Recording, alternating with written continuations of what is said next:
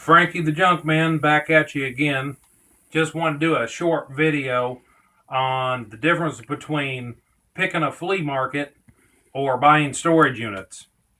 So, a flea market, you go to the flea market and you basically walk the flea market. You pick your items out, buy from the vendors.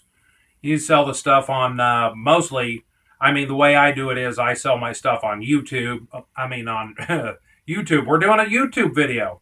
I sell my stuff on eBay.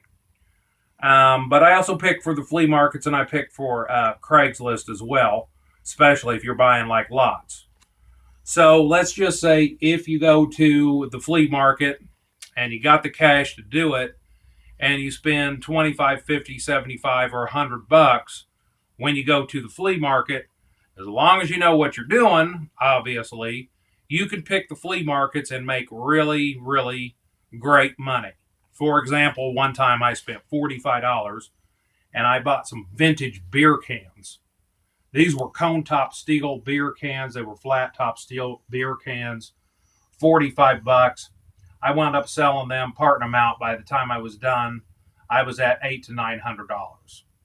So I know I netted 900, but I had other fees and stuff come out via eBay. So I was about $750, $800 on that.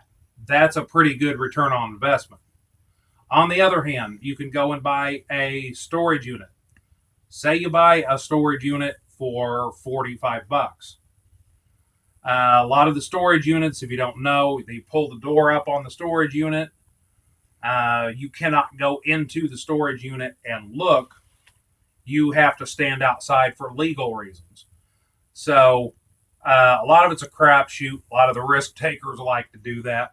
If you're experienced enough, you can look right in there in the storage unit and tell basically you can figure up your cost. I can figure up the cost in about 10 seconds by looking, just by seeing what's in there and how much trash. The flip side to buying a storage unit for 45, 50, or maybe $100 or 200, or you can really get way up there. I saw one go for $12.75 the other day, and there was some great stuff in there. The guy will make $5,000. Thing is you got to spend a day or two cleaning things out.